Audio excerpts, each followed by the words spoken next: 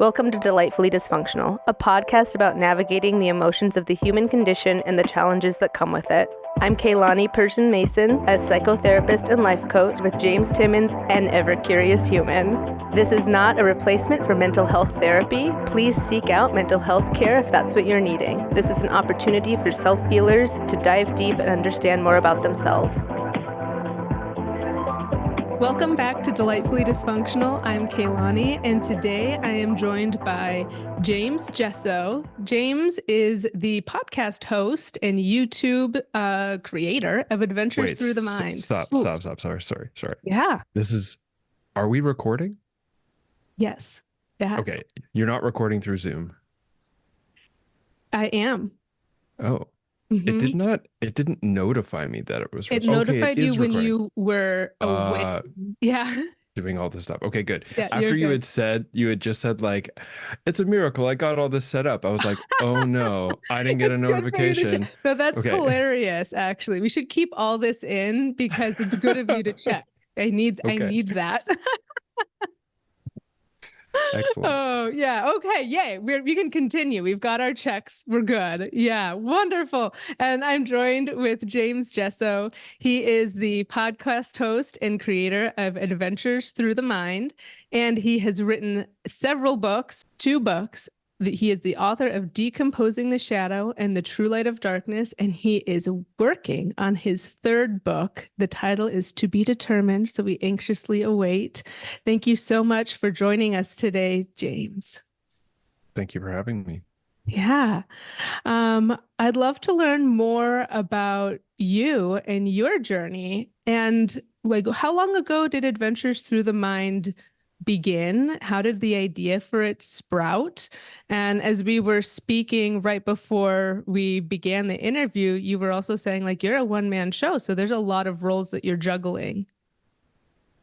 Yeah. So, my story with respect to Adventure Through the Mind podcast is I started it about 7 or so years ago, in a combination of sort of a continuation of what felt like my mission at the time, which was to help sort of like, I guess, remap the sort of social constructs that we have, or the stereotypes, the schemas we have for psychedelics in modern society, um, and bring that into a listening experience where people can just tune in online. Previously, I had written my book. I had done a lot of talks, like public talks and lectures, and I felt like, oh, I could bring this to this other sphere, this podcasting space. I was personally really inspired by a handful of podcasts at the time, some of which I no longer listen to because I realized I was kind of drinking the Kool-Aid a bit on them.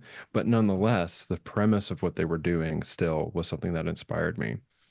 Yeah, it And created that spark for you, that curiosity. exactly. And so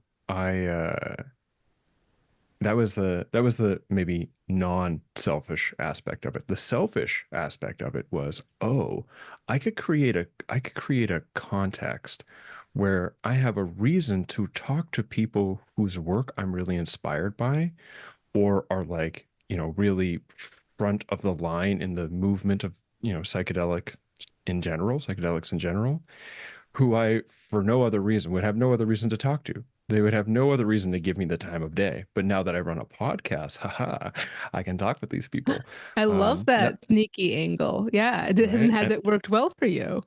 Oh, absolutely. Not only just getting to talk to people, but building relationships and ending up, somehow even developing friendships, at least friendly colleague type relationships with some Yeah. people, and with some people actively developing friendships with persons who I would otherwise have never met and had no reason to talk to. So Hi. it's been really nice in that way. Yeah, that's lovely. Who have been some of your favorite people to interview? Ooh, some of my favorite people to interview. Well, I I could take that question a number of ways. Like, what is my favorite interviews that I've done, which would include those Mm, people.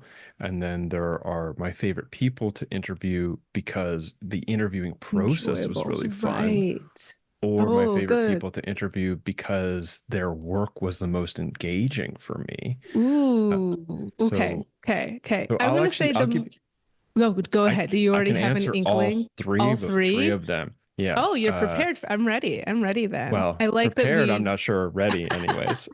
So, and of course, this is not a complete or total list. It's just the first right. three It that would come be to mind. difficult. Yeah. The first three in this moment. I'm putting you on the spot.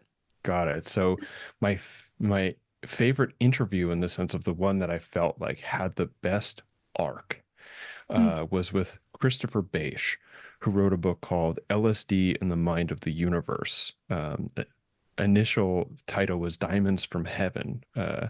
And my first interview with him, I ended up doing two, just feels like if I look at the conversation as a kind of complete piece of art or something, Mm. it's one that I feel most sort of proud of in the sort of arc of how it went. Now, I of course was not the 100% contributor to why that turned out so well.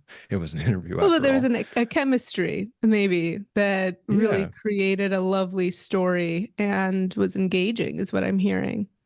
hmm Now, mind you, I haven't listened to it recently, and the further back in my podcast one goes, the more of a sort of like hippie, like post-hippie festival tripper I tend to look like and speak like.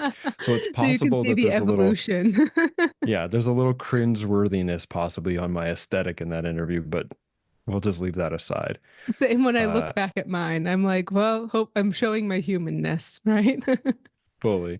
I mean, that's, I guess, when we look back, if I could look back to the kind of things I was wearing when I was 15 years old, I'd also be like, "Ugh." I Oh, was 15. totally. Yeah, Yeah. low-rise jeans. Please don't come back. There's so many things. We're good. Oh, low. My partner speaks about low-rise jeans and how terrible it was. Is the whole Yes, arc of yes, things. yes. I agree with her, and we can start a coalition so that they never come back again. Oh So man. the next one, which would Yeah. be the one where I had a really great time talking with that person. Mm. Now, Christopher Beisch, I really like Christopher Beisch. I've had a chance to meet him a handful of Yeah. times in person too. Wonderful man. I appreciate our relationship. Hmm. The But person who this I'm would be like, one wow, that's more fun. It was yeah, fun like for I just you. love chatting with this person Yeah. was Patrick Krupa. I've had Patrick Krupa on three times now, and one of them was him and I. There was some sort of thing that happened, and him and I didn't end up recording an interview, but I accidentally recorded a conversation that ended up being so good that I was like, let's just release this. And multiple times I've had him on the show now, just not even having a real sense of what we're going to talk about. Like, let's just shoot the shit and record it because, like, it's just, it was just so fun. It was just Yeah. such a great guy to chat with. That's Hmm awesome. And that's lovely. It's reminding me of someone who I've been meaning to schedule to have her on the podcast, but literally for the last 6 months, every time we schedule a time to talk, it's just like we're having too much fun as friends talking. And I'm like, we'll get to it later. This is more fun. Let's just keep talking.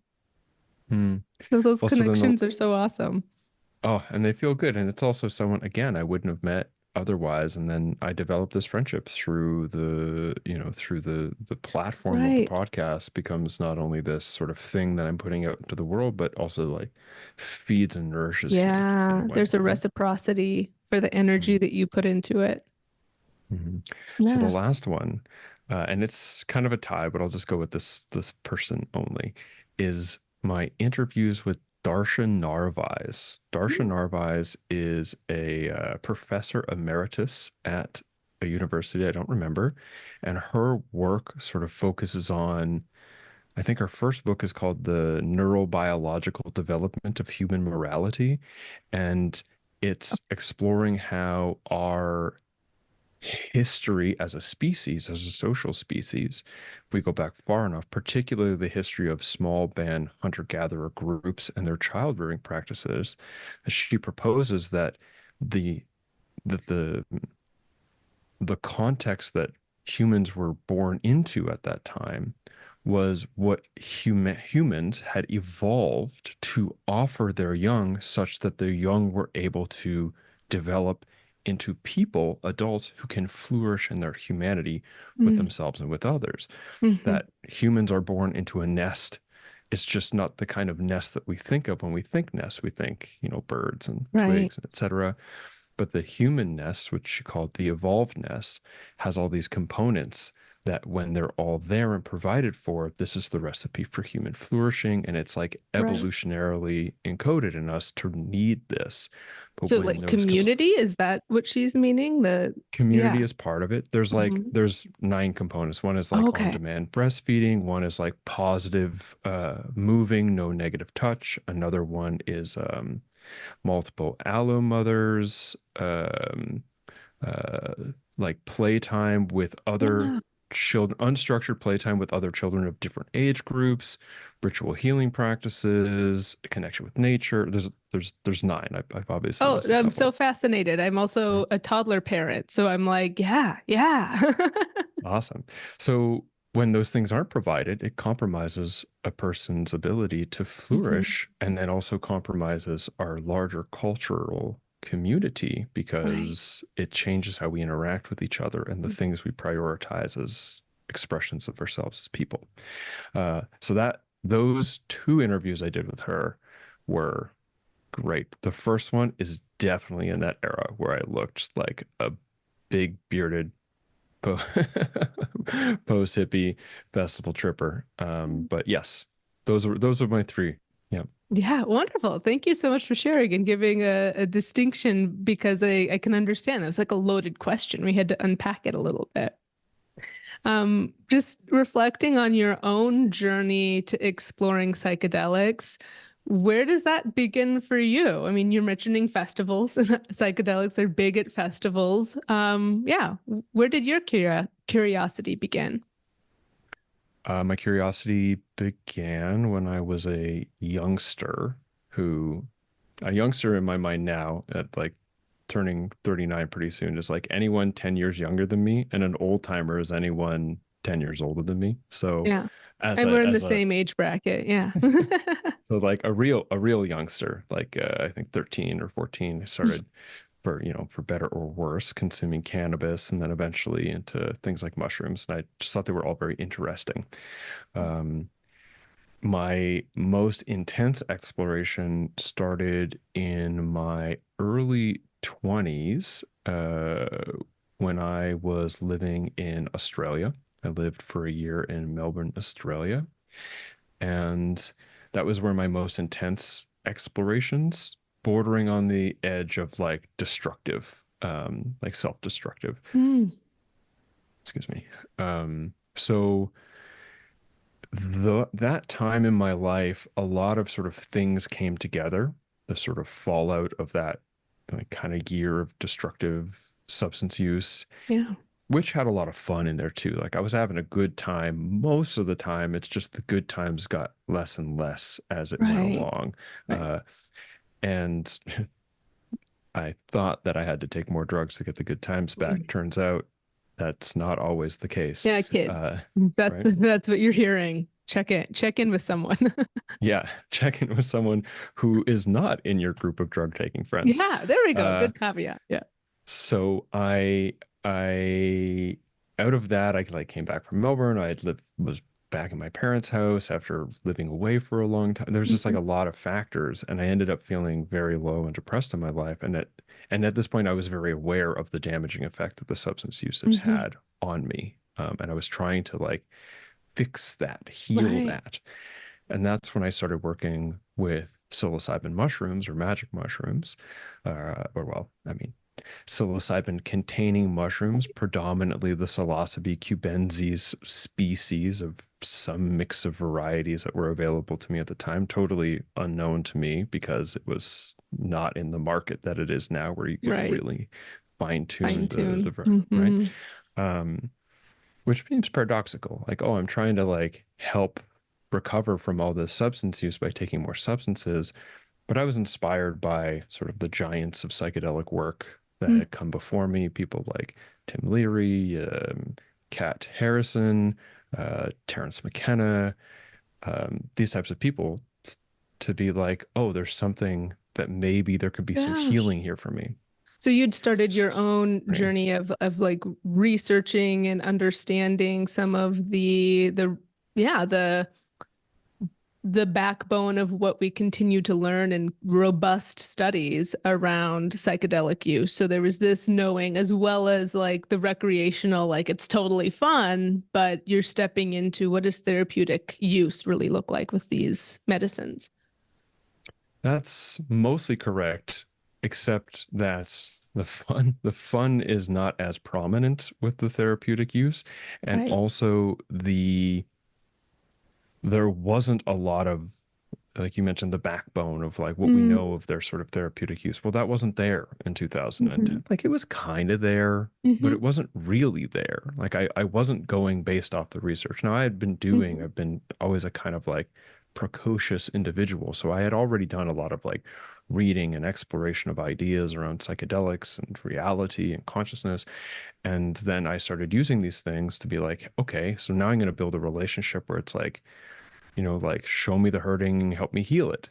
Yeah. And so I kind of just, through a variety of choice points, decided that what I would do is take mushrooms by myself once a month, every month. Um, and I started with having someone there, and then that person was not there anymore. I went by myself, and as I was coming down, I would go talk with the same person. Like I would have someone to go talk to afterwards, Mhm. who was a friend that I saw regularly in my life at the time. And I did this for 13 months before I got the sort of cue to step back. And in that time, uh, my whole life had transformed. The choices that I made, how I felt about myself, how I felt about my life, how I felt just being a person in the world, all of this seemed like whatever it was that was crushing down on me at the time had kind of come to some sort of like arc of resolution, such that a new opportunity space was open to me in who I could be. And I had learned a lot about mushrooms, about the journeys we can go on, and about how they benefited me in that time frame, even though there still wasn't all that much writing or research about it. Mhm. Like I started writing Decomposing the Shadow in like 2011, the most sort of like the first flush of the new wave of psychedelic research was coming out around that time. There was like maybe Right. 4 or 5 studies. None of them had anything to do with depression. All of them had to do with Mm. mystical type experiences or end stage cancer, terminal anxiety for the most part. So I felt as though I was contributing to this sort of wave of what was to come. Yeah. And over the years, I've just seen the things that I came to learn about what mushrooms offered me through the direct experiences working with them as being now, repeatedly validated in the research as it's grown. Yeah. Well, how exciting to be in the psychedelic space and have witnessed that evolution. Hmm. And what are some of your concerns, I guess, in this psychedelic revolution and seeing all of the changes, both positive and maybe concerning? What are your concerns? Because I hear you really taking a very holistic approach as you're describing, having preparation, really thinking about having a safe person there and the precautions and doing integration work afterwards, processing. What are your concerns as you look at the current landscape of psychedelics? Well, what are my concerns? I mean, there's one concern that I think was somewhat part of the Lycos MAPS MDMA Mm, approval through the FDA getting denied or right. not approved, which is this kind of like overt enthusiasm resulting in kind of this belief feeling, like we believe that it's going to work in a way that might compromise the sort of veracity of the studies. I know there's a lot going on there, and I'm not making a stand as to whether or not I Mm, do or don't agree with the FDA's decision.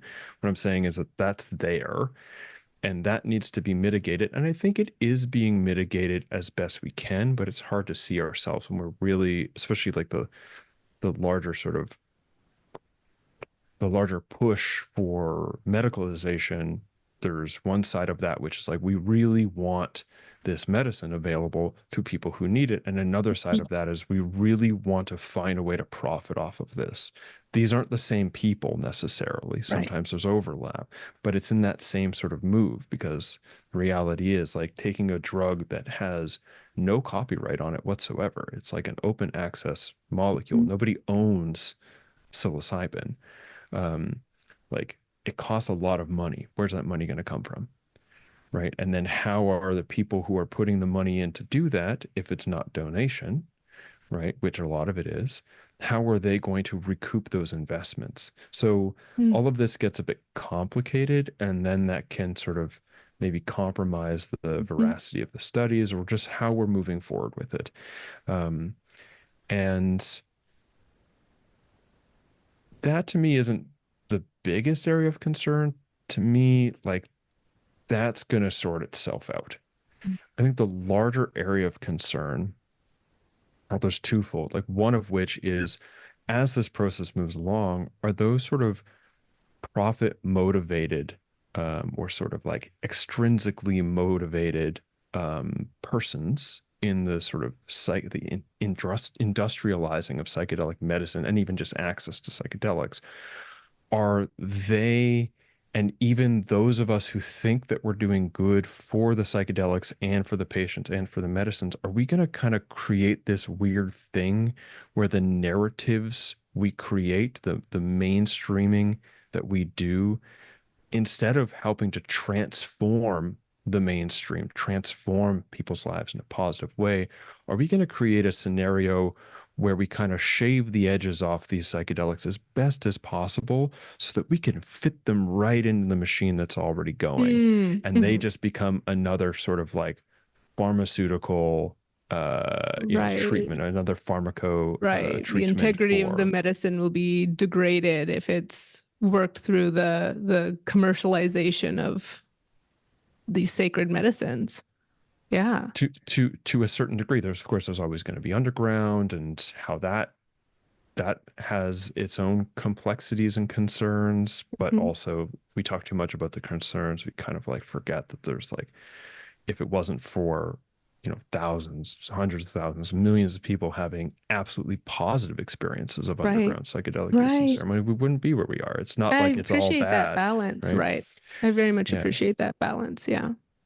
And then I guess the last concern, um, and also, I mean, the idea that we think that we can control psychedelics, I think is outrageous, but there's maybe an opportunity for psychedelics to have a really incredible effect on our world.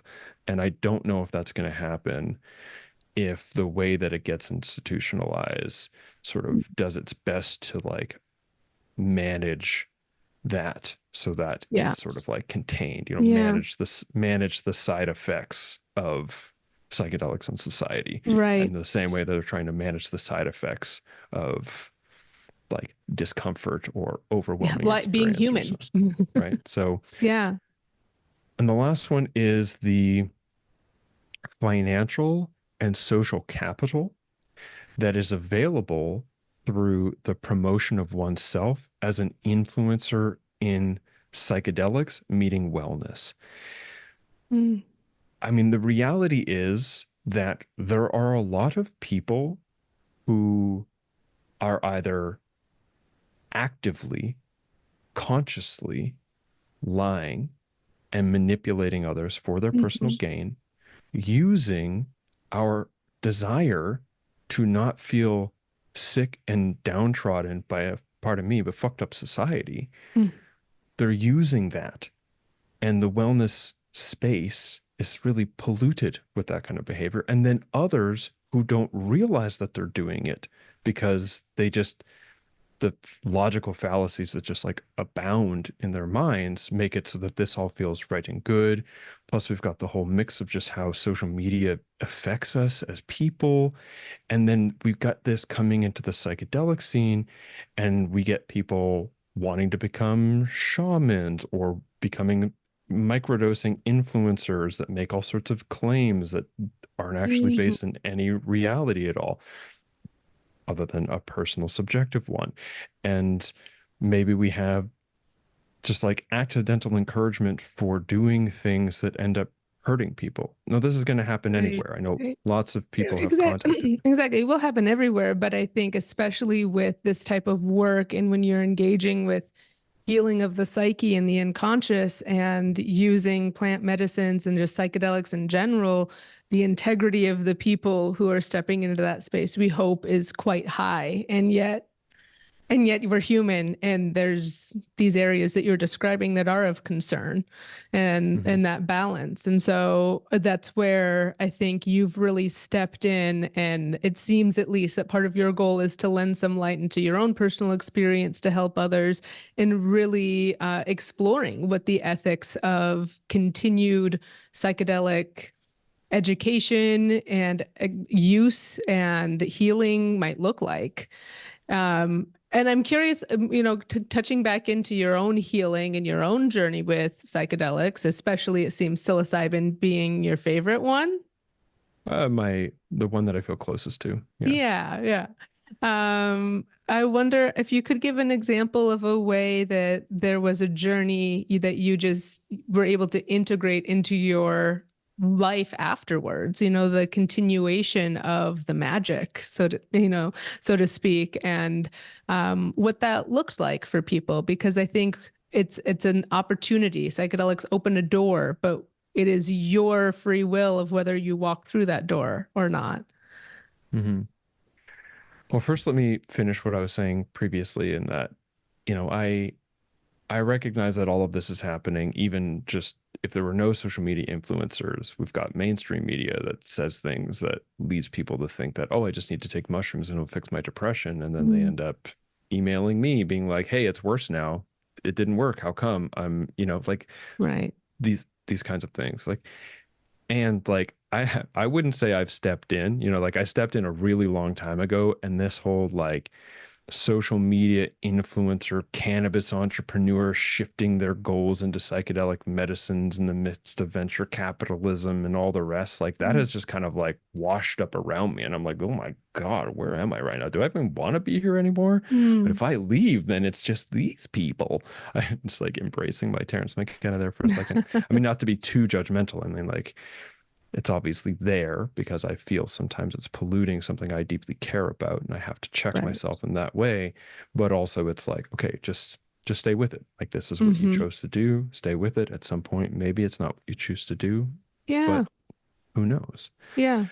So with respect to the next question, and then the fingers crossed is like, hey, we all are just doing our best. And like Right. the fingers crossed is that, as long as I continue to show up in the way that I Yeah. feel is in service to life, the best I can understand to do that, Right. then fingers crossed in the long run, it will have a positive effect on how all of Hmm. this comes to eventually settle. And if Right. not, at least on the personal end, I know that I tried. Yeah, and So, that actually that ending right there to that question already explains a lot of the ways that psychedelics have personally helped me with my perspective of the world, right? What am I in control? What am I out of control of? How can I have faith in this, even if it doesn't make sense or there's, that caution sign is going off, and really digging into that inner peace that can be cultivated even when there's, things that feel uncomfortable around us. I mean, and like today is what, November 6th? Is Right. today November 6th? Yeah. So As there's a we're lot of things recording it. happening. Exactly. It's been Yeah. thick in the air. Yeah. And I'm not making any claims about how I feel around how things have transpired over the Right. last, few months, and especially yesterday. What I'm saying is that like either way, it's like things don't look like they're generally going well in the world.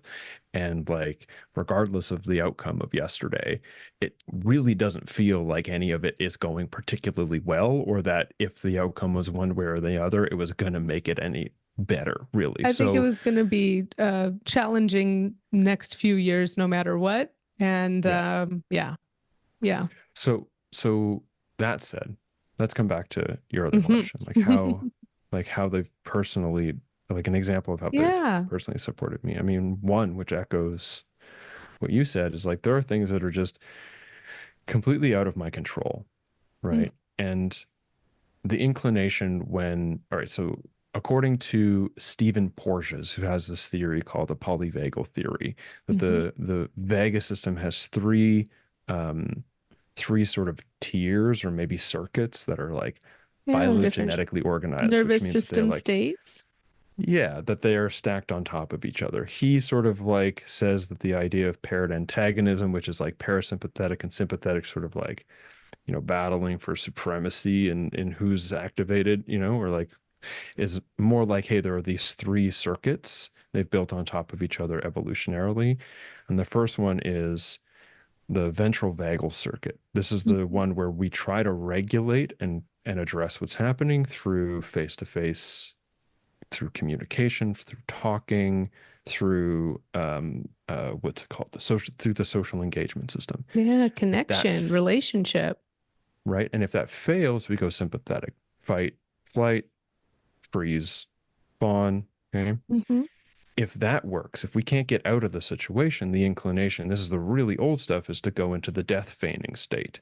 The death feigning state, okay, so like dissociation, passing out, so on and so forth.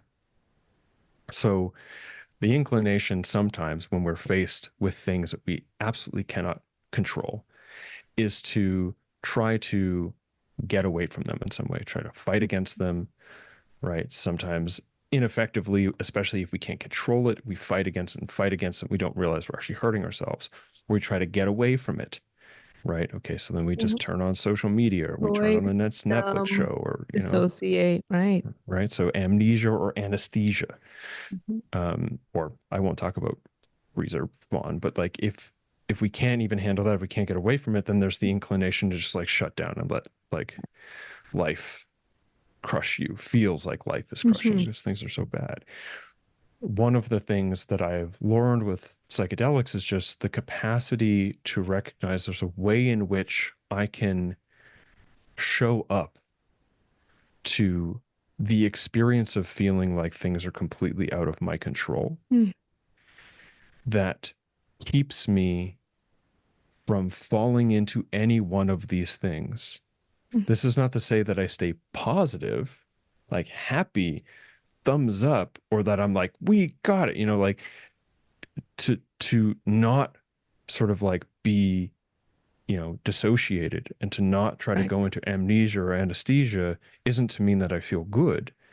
Like there could Hmm. be a lot of despair there, despair, like the absence of hope, Right. But acceptance aka like, versus fighting it. And that reduces our suffering. And I think psychedelics really enhance our ability to sit with things and not get to yes. that heightened, flooded state in our nervous system. And it's in that place of sitting with it that we can find a bit more resolution. You get to play with the idea a bit more and have a different Mhm. kind of relationship. There's an increased sort of like capacity for agency. Now, look, I'm not saying that I've just like got it all down pat and I don't have days where I'm just No, like, there's oh my no, God, oh where no. is my phone? Sometimes it's a good I day. need cat Sometimes it's a videos. bad day, right? Yes, I need cat videos. That's hilarious. Yeah. So but there's something there. At the very least, Yeah. I got an awareness that such a thing is possible. My sort of like my day-to-day Right. capacity to just skillfully wield this, yeah, Yeah. questionable. But the fact Right. that it's possible is there. Right. It's like it And I got that illuminates from this, psychedelics. right. It illuminates something new that is introduced that now we can revisit. We can try to, I think a lot of integration is like, how do I bring that sense of connection or oneness or love or insight into my daily life? And to be clear, I also could have read I could have read some spiritual book, or like You The could have Power been of in deep Now or meditation. You could well, have, there's I many different like paths. well, okay, so there are many paths, but that's not what I'm speaking to. What I mean Mm. is like the idea that I just said to you, I could have encountered that idea any number of ways. Certainly but okay, hold on, I'm getting ahead of myself. I could have encountered that idea any number of ways. It's Right. not that psychedelics made something possible that just was completely impossible in any No. other way, or that it's like, wow, they taught me this. What I'm saying is that like my psychedelic experience gave me an acute, lived, embodied encounter that that's possible. So it's no longer theoretical, it's actual. Now, again, whether or not I can skillfully wield that in my day-to-day life, or in the variety of different ways that it might show up, depending on what that particular experience was focusing on as a part of my inner work during that Hmm. journey. Like that too is variable, but the sort of general sense that it's possible, and having encountered that in a lived, embodied way, psychedelics offered me that. Now, Hmm. meditation may have offered me that. Yoga may have offered me that. There's all sorts of things that could have Yeah. offered me that, but psychedelics did so for Yeah. me. I think it's a very powerful tool in the toolbox. Yeah. Hmm. Although I Um, disagree on some oh, respect, because I don't believe psychedelics are tools. I have a more animistic mm, perspective. I believe okay. the mushrooms are not a tool. They're a being. They're an entity that I interact with. I Oh, I can't tell like you that for too. I sure, think it right? just in relationship with anything. So, yeah. So not as an object, but just as a, um, we could say a relationship to enhance one's life. It is a powerful one. Right. And I don't know if that's real. Like, I don't know if it's actually a living entity. It, I experience it as a living entity. And I Hmm. mean, like, from the perspective of Pascal's wager or something. Pascal's wager is this idea of like, it's based on infinite gains and infinite Mm. losses. It's this theory that says, well, you know, if God is real and I don't believe in him, I'm going to specifically say him because it was a very Christian Yeah, perspective, that's, I think, a then, traditional perspective. and I don't live my life according to that, then when I die, I experience the infinite losses of hell or whatever. Hmm. If I believe in God and live my life according, and turns out that he's real, then when I die, I have the infinite gains of living in heaven or whatever, right? Mm. But if I believe in God and he's not real, and I live according to that, then what have I lost really? Hmm. Like, Yeah. so the logic is, well, then it just makes more sense to believe in him. Hmm. Okay. So I'm not making a case for Hmm. Christianity here. Pascal's wager, taken out of the context of infinite losses or infinite gains, and just say from the perspective of what do I lose if I don't believe in this thing as an entity that I'm in relationship Right. with, right? I lose the opportunity to live in a relationship with something that, even if it's in my own mind, I can build a sense of trust with, Hmm. a sense of ongoing connection with, a sense of intimacy with, right? Right. Like, and if it turns out that that's not real, what have I lost? Not really a whole lot, Right. right? If it turns out if it's real and I do it, then I don't lose much. I only gain. And if it turns out that it's not real, then yeah. So I mean, that's does that's it what. lend a deeper exploration to, I think, your higher self and a sense of spirit? I feel that it it just allows for more of you and exploration of who you really are to continue to come out and be a gift for others, which is so much of, I know, the motivation for your books and the podcast and YouTube that you do. Um, Ultimately, that's what I hope we can continue to help others find and be curious about. In fact, reflecting back on your books, Decomposing the Shadows and The True Light of Darkness, what type of person might be interested in those books? How would you describe someone who might start developing that curiosity, and what can they find there? Well, they're way over there. I actually have them right here on my shelf. And I'll pull them out. Yes, This show is them the off to original us. original copy. I got like it's in a special case. And this one here. So I have the who would want to read these books? So they're two very different books about kind of the same thing. Decomposing the Shadow, Lessons from the Psilocybin Mushroom, is a well, they're both nonfiction, but it's a scholarly style, like self-help-ish kind of book, talking about how to work with mushrooms from the perspective of like as a way to develop emotional maturity. I don't think I wrote it that way in the book, but it's like a way of like learning to process our emotions, clear out old stuff so that the idea here is that our shadow is something that's like kind of stuck inside of us. Right. Carl Jung said, like whatever aspects of our shadow we don't choose to like face, will just manifest in our lives, and we'll call Right. it fate. I mean, that's a paraphrase. Um, so the idea here is like how mushrooms can help us work with the challenges in life such that we have a greater expansiveness, the challenges in ourselves, so we have a greater expansiveness to embrace life with courage, with skillfulness, with joy. And that the challenging aspects of these experiences are not problems to be Mhm. solved by avoiding them or trying to create contexts where they don't arrive. They're opportunities for deep healing that are even greater opportunities when we create safe enough context that we can face those challenges simply because they're arising within us and not because they're triggered by scenarios that are not conducive to like feeling comfortable in yourself, Yeah, such right. as walking down the street, or like people take high doses of mushrooms at like random parties and stuff, and I just literally don't get it. Like, how do you not just sit in a corner and cry for a while because it's so overwhelming, or I because know of it's too whatever reason, right? overstimulating. Yeah.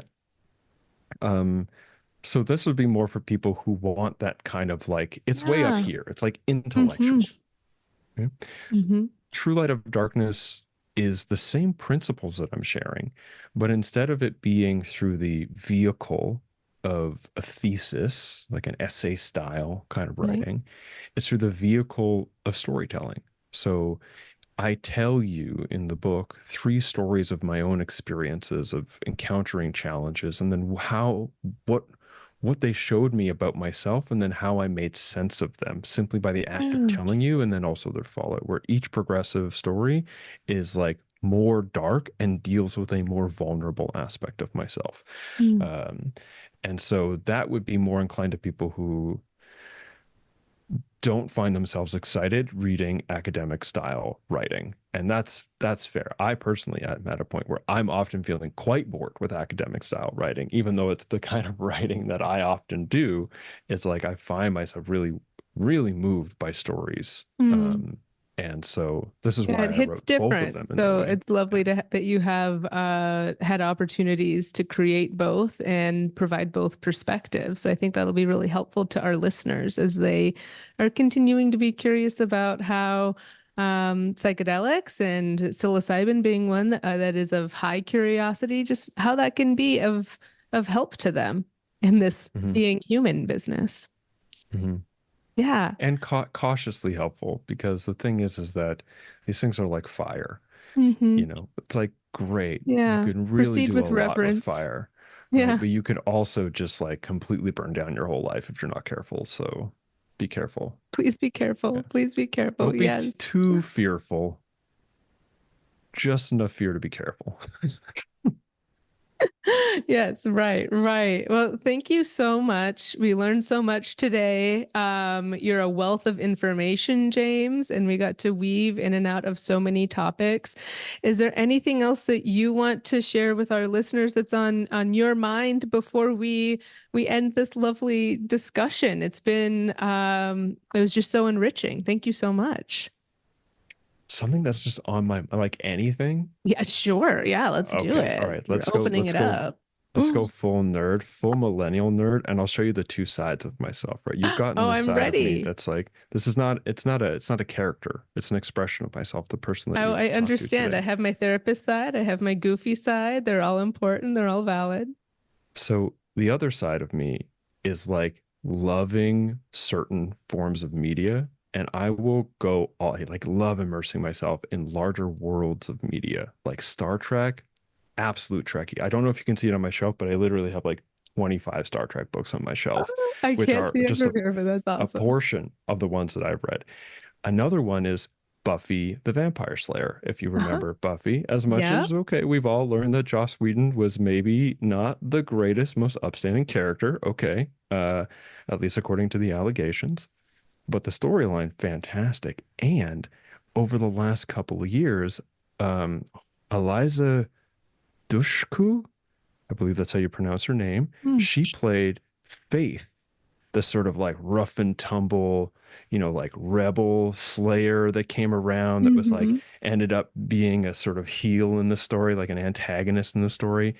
Well, sometime over the last several years, and this is not exciting, this is sad to hear, she went through some very traumatic Mm, experiences, and that was very like, very like dismantling to her life. And then she found psychedelic therapy mm.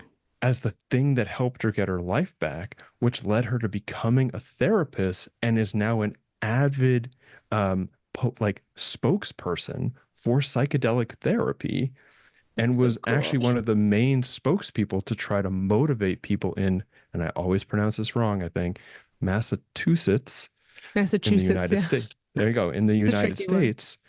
So yesterday, according to this, call, there was a lot of voting going on, not just the Right. president, like a lot of voting. Right. And one of the votes was on what they called in Massachusetts, oh my goodness, Massachusetts, you're good. right? Proposition 4, which would have a like state level legalization of certain psychedelic drugs that would kind of like they having oh, it's not Colorado, Oregon right now, the Mm-hmm. Oregon psilocybin initiative or whatever. Right. And she was really pushing that all over social media to like vote yes on Prop 4. Sadly, it was like 53% voted no or Oh, something like that. So it did not so pass, which is like close. heartbreaking, but also so close. And I think a Yes. very Yeah. important step, Mm-hmm. because like it's not the last opportunity. And it, if not in that state, it still contributes to the sort It of larger does. narrative It and the larger does. sort And of I like think that social change around it. perspective should be soothing to anyone who's really putting themselves out there or advocating in that way. Like it is still a step in the process. Um, and that is heartbreaking. It is exciting. And I think it's good to see that perspective because that certainly would not have been the case even 5 years ago. So Hmm. there's progress. Yeah. Totally. Yeah. Yeah. Oh, well, thank you so much for your time. And I just invite all of our listeners to go check out his books, go check out James' website. We will have that linked down below. Adventures Through the Mind can be found wherever podcasts are streamed and on YouTube. And I hope that we get to catch up again sometimes. Thank you so much for joining us, James. Thanks for the opportunity, and also thanks to all the listeners. I don't take it for granted that people would honor me with their attention and take what I have Mm. to say seriously, even if it's seriously enough to disagree with me. So I do appreciate the opportunity, to you and to everyone listening. Yeah, thank you. Well said. Well said. All right. Bye, everyone. We will see you in the next one.